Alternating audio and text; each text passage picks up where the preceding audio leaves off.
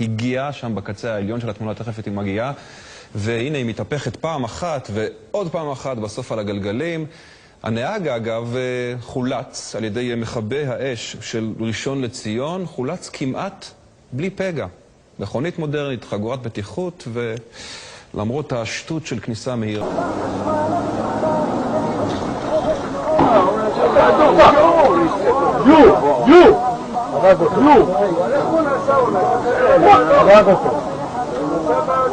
באדום מלא, באדום מלא.